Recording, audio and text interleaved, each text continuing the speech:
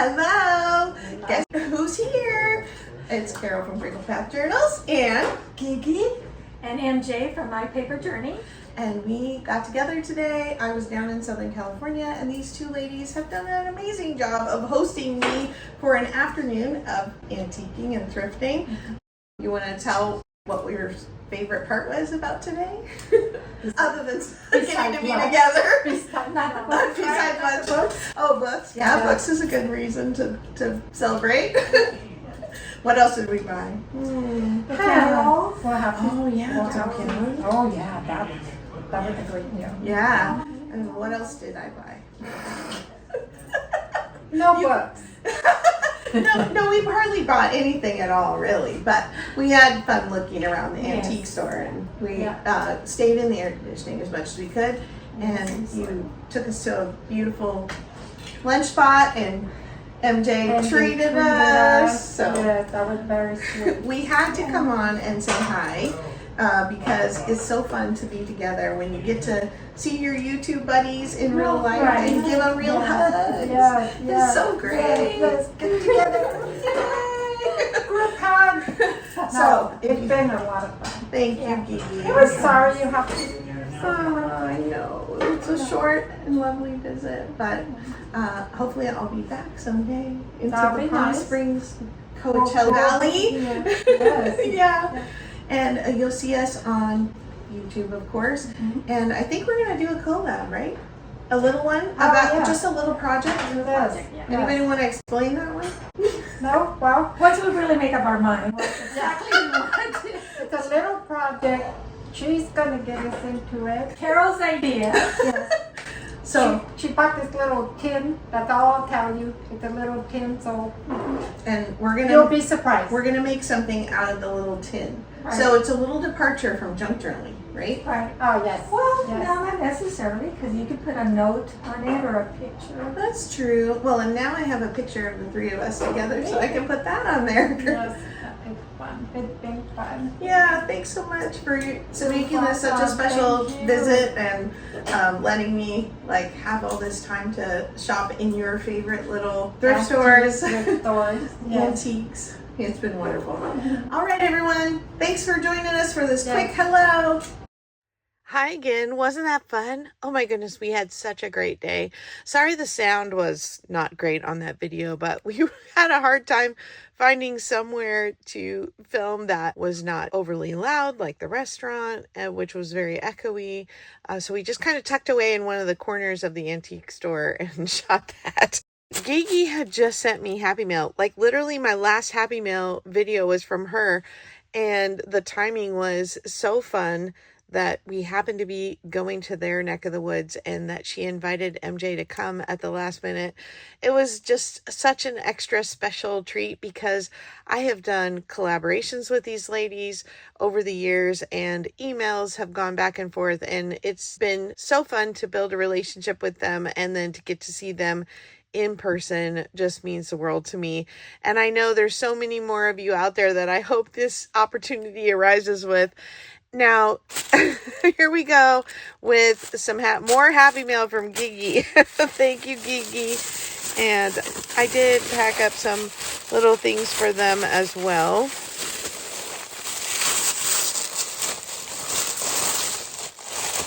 Oh my goodness. She knows I love Christmas in July. Let me flip these over. Oh my goodness. Thank you, Gigi. Really didn't have to do this. So, looks like we have some... Oh, these are in English. I see these a lot of times in different languages, but this is fun. So, they're little vocabulary cards, and it has the definition on the back, and then it has it used in a sentence on the front. Those are so fun. And then she sent some of these vintage flashcards. Oh my goodness. I'm going to save this aside for my Bible journaling. Thank you. Oh, and these are so cute. Little Easter bunnies. And for spring, and butterflies are always so fun to add. Oh, those are beautiful. Thank you. polka dots. These are fun to cover a whole page before you even start, or cover a masterboard after you're done. Polka dots. Oh, and then these polka dots are fabric. This is so cute for Easter. I love it. Thank you. Oh, the little gray mouse goes sailing. I think I have another one of these books in the library. Oh my gosh, look how cute. Wouldn't this be cute for a summer picnic journal? Oh, this is fun. Wow, thank you. I love the vintage children's books. Oh, and a calendar. Rustic Rooster from 2019. Oh, that's going straight in my chicken journal box. Oh, Virginia City. This is in Nevada, but it's not too far from where we are. And it is a fun little historic town that has a lot of museums and little shops that they've tried to keep the period look of them. And they have an old saloon. It's just a fun place to go, and several antique stores there. So that is so fun. I'm saving that with travel journal stuff, because that's often a place we stop first or on our way home. That's fun. And then, oh my gosh, look at these magazines. Oh, I never treat myself to magazines, and this one comes with all these little dies. Oh my gosh, for Christmas, those are perfect. Card making, paper crafting, oh, and then highlights. Oh, those are always so fun. These remind me so much of my childhood, especially because they still have the different hidden pictures. That's what I'm trying to say. Hidden pictures in there. Love the matte pages on these too. These are from 2008, so they are vintage. And then look at Santa's sleigh ride. Pop up. Oh, that's so cute. I don't know. It's fun to use these pop-ups in journals, but my granddaughter might need to steal this one and add it to her Christmas book collection.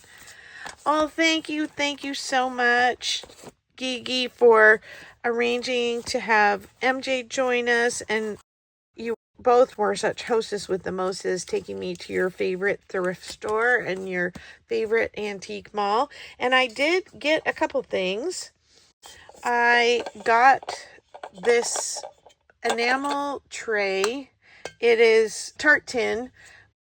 Oh, these little eggs. MJ gave me some little eggs from her shopping haul. And I thought this would be a really perfect little tray for doing trinkets or beads or something in. And so I was excited to find that for a reasonable price. And I think I got that at the antique mall. And then, ooh, that was loud, sorry. And then I got these at the antique. Oh, both of these were at the same. It was an antique thrift store. So they did have some modern stuff too, but they had a lot of antiques. And I also bought a antique butter churn, a glass with the metal gears on top butter churn, and I think it is the coolest thing. And I said my daughter's gonna want to actually make butter in it, because we've been doing a lot of that make your own from good organic ingredients kind of meals and recipe type things, and have been trying out our hand with those kinds of things. I don't know, the beaters on it are wood, and so they're a little hard to clean. I'll try and insert a picture of it here. So I'm not sure if that will actually get used for butter, or if it's going to be a giant display piece that can hold craft items. So this is the last thing that I got. I got 4 of these. I gave each of them one. And we are going to make a little craft with these. So I'm going to show you what we're making today. And then they will post their videos as well at some point when they get to make one of their own. All right. Thanks for watching this part. And so there's the one more segment of this, and then we'll wrap it up. Now for our little project. A few tools that I don't usually have on my desk, But last year I was given this small rotary tool and I broke it out for the first time and I learned how to change. This has different size collets in it that hold different size bits, and I learned how to change it all on my own. And so I'm feeling quite proud of myself at this point. And it's been a little while, but I had a dad that taught me how to drill and that kind of thing. I had to go over to the boys' side of the shop to get a wire cutter, and this one is certainly more than is needed for the job, but my jewelry tools are still packed somewhere. I also went to my daughter and borrowed some E6000. You need some kind of glue that works well with metal. This is the little mold that I bought, and I got some wire, whatever wire you have, you would want to match the drill bit to it. So that you're not making your hole too big or too small. And I'm going to be loud and turn this on. I have my eye protection on, and I'm just going to drill 2 holes in the top. Just like that.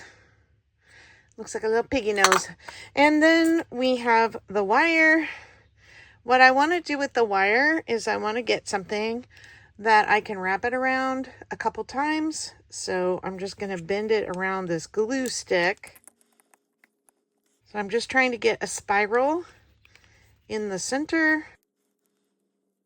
And then I'm going to slide it off.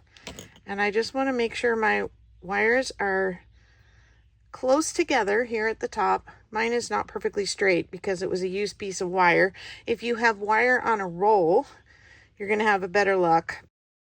It's going to look handicrafty, and that's kind of what I wanted.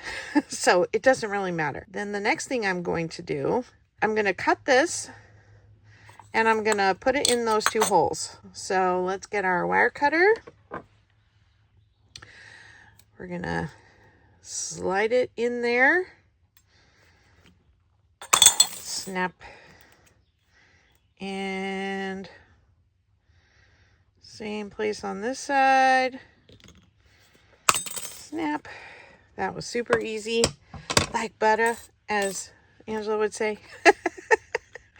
And then I'm going to slide those into those 2 holes. 1 and 2. I think I'm going to have to bend them a little bit before I stick them in there. I'm going to need a plier. Okay, I didn't bend them very far because I think I can still put them through the holes. There we go. There. That's what I needed.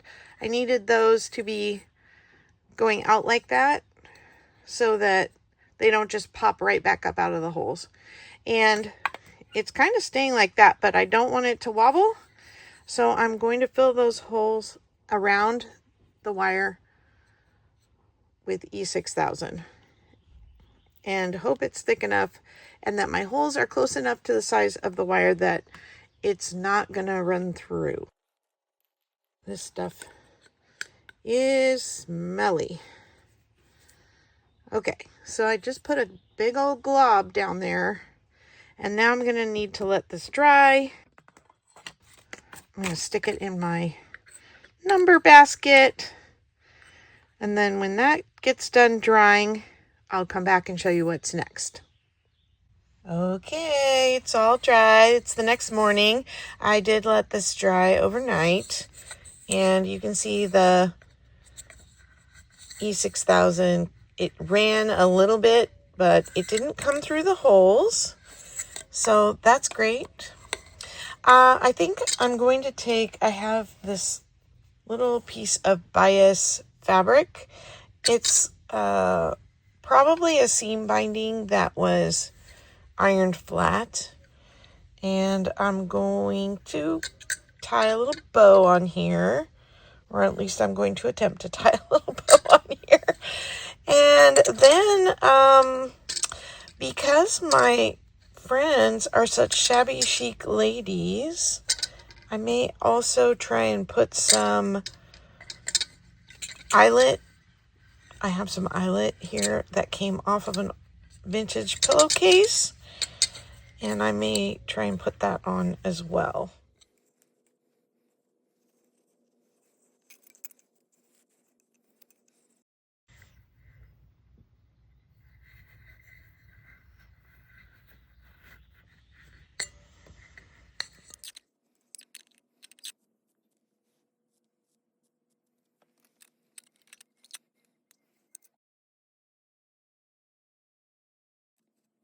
This is the edging that I have. I'm just going to fold over where I tore it off. And I've threaded a needle with some kind of coarser thread. Let me fold this under. And I'm just going to stitch in a running stitch here real quick.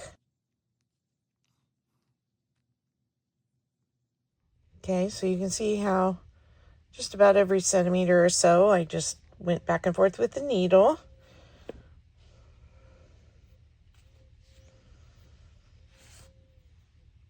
And that's just going to gather this up, and I can pull that thread tight and get this as gathered or not as I want.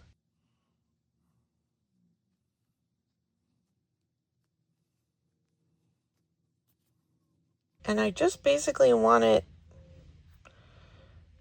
enough fabric to make a little circle like this and then pull it tight. So kind of make a collar for this is I guess what I would call it. All right, and I'm just gonna stitch the two ends together. Sorry, I'm working close to my camera so that hopefully you can see.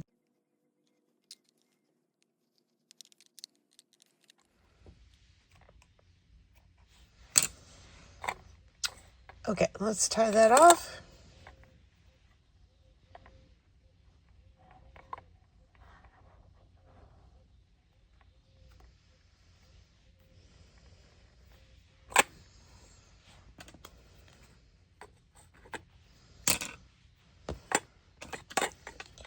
And we're going to trim this.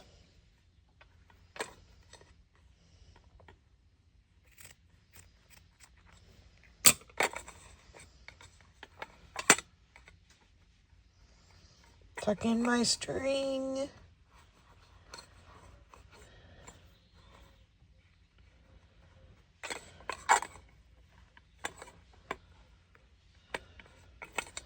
Okay.